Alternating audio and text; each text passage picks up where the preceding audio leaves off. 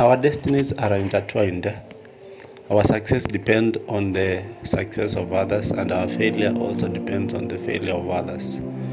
No man is an island. We cannot succeed alone. We can either fail with others or succeed with others. There is a story of a farmer who used to share the best seeds with his neighbors, and for him, he just planted the normal seeds.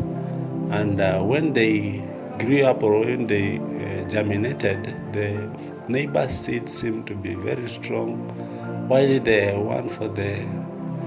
one who had supplied the seeds, they were just looking weak. But when the results or the outcome of the crops came out, when the harvest time came out, you find that there was no difference between the neighbor's harvest and the one who had given the seeds. They had the same harvest, the same quality, the same amount of harvest.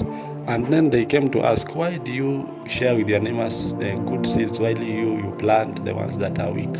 And he came to explain to them that he realized over time he used to plant better seeds than his neighbors. But over time, during tasseling, the pollen grains from the neighbors' farms, which were weak, transferred the weak DNA or the weak pollen grains to his farm, and eventually he ended up getting lower yield or poor harvest. So he decided that from now henceforth, I'm going to look at the well-being of my neighbors. I'll make sure that my neighbors around are having the best seeds, so that when it comes to time where the maize tassel, they will transfer the good and quality pollen grains to my farm, and I'll end up to have the best and quality seeds or harvest.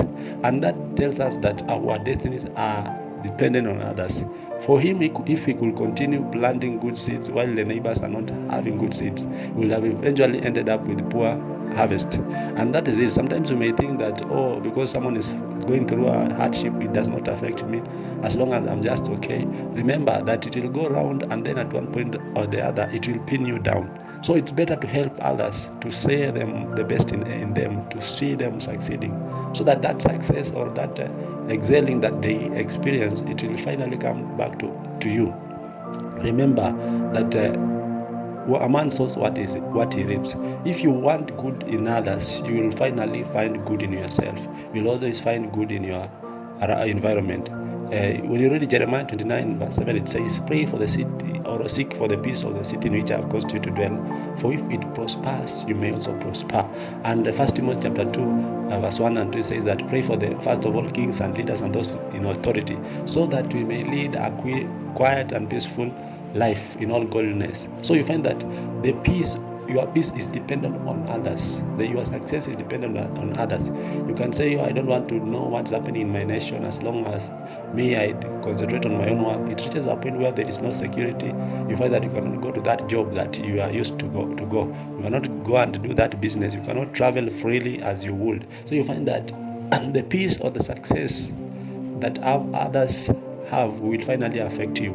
And if there is no peace in your surrounding, also you yourself will not have peace. In the book of Luke chapter 22 verse 32, we see Jesus talking to Peter, saying that Satan wanted to sift you like wheat, but I have prayed for you. And if after you have been converted, strengthen your brothers. You find that Jesus realized that the success of Peter meant a lot to others. If he stood, it means also the brothers or other people could stand. And if he fell, also other people could have fallen. So you find that your success, there are many people depending on you. You might not realize, but your success is dependent on others, as well as failure depends on others.